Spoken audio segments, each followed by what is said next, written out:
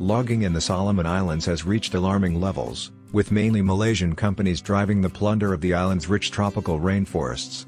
These forests, which are home to thousands of unique plants and animals, are being logged at more than 3 times faster than they are growing. This means that in less than 10 years, all the productive lowland forests will be gone. Moreover, the destruction of these forests poses a grave threat to the diverse cultures and people who rely on them. The Solomon Islands government derives 60% of its income from taxes on log exports. However, tax avoidance, transfer pricing, and logging company-connected corruption is common.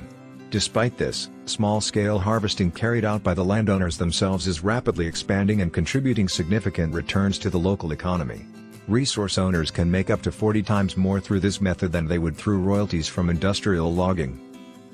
The logging industry in the Solomon Islands is dominated by Malaysian and, to a lesser degree, South Korean companies. These Malaysian companies, including Kumpulan Emas Group, Rimbun Hijau, Golden Springs International, and until recently, the Berjaya Group, largely do their deals with the government and landowners in secret. Logging companies' practices, such as transfer pricing, underreporting of log prices, and tax exemptions, are used to reduce tax payments and in-country profits. The Malaysian company logging in the Solomon Islands is known as the worst seen in any tropical forest. Bulldozer skid tracks and poor roading have caused sediment to wash into the island's fragile coral reefs, destroying them. These reefs shelter a myriad of different types of sea life, which is the main source of protein for the local people.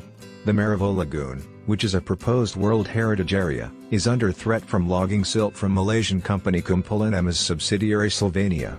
The operations can appear more like a clear-filling operation, with no thought to protecting and regenerating the forest for the future. Logging companies' practices have largely taken local people by surprise, as they ignore most of the legally required practices. As a result, angry landowners have resorted to drastic measures, such as burning company bulldozers and seizing company chainsaws.